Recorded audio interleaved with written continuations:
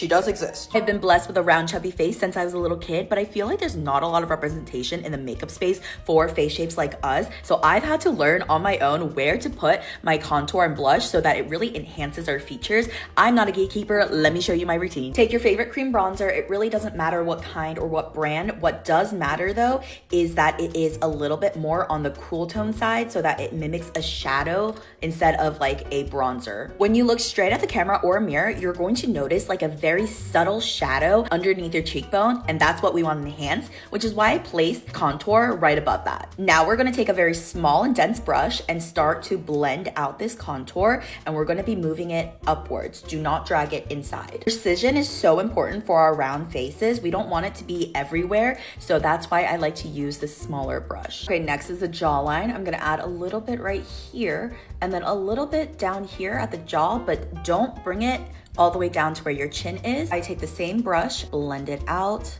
and for the jawline, I am blending it upwards instead of going down. I'm going to stop right around here. You can see where my chin starts, so that's where I really want it to stop. Now things are looking a little bit harsh and we need to blend it out. So we're gonna take a little foundation brush, preferably one with a little bit of product that you used earlier in your makeup routine. And we're just gonna try and blend out these harsh lines so it doesn't look as stark.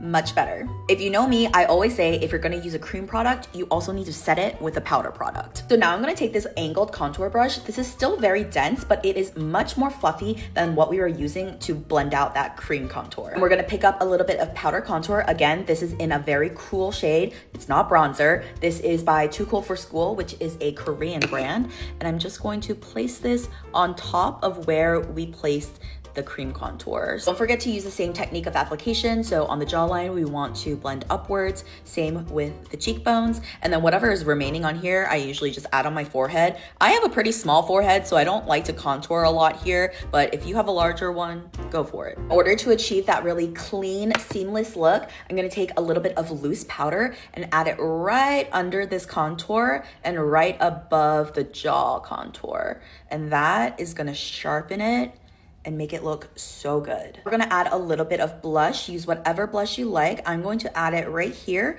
which is kind of where like the apples of my cheeks are. And again, I'm gonna be using this small dense brush to blend this out because like I said, we like precision and we don't want our blush to be going kind of like everywhere. We want it to be very concentrated right here.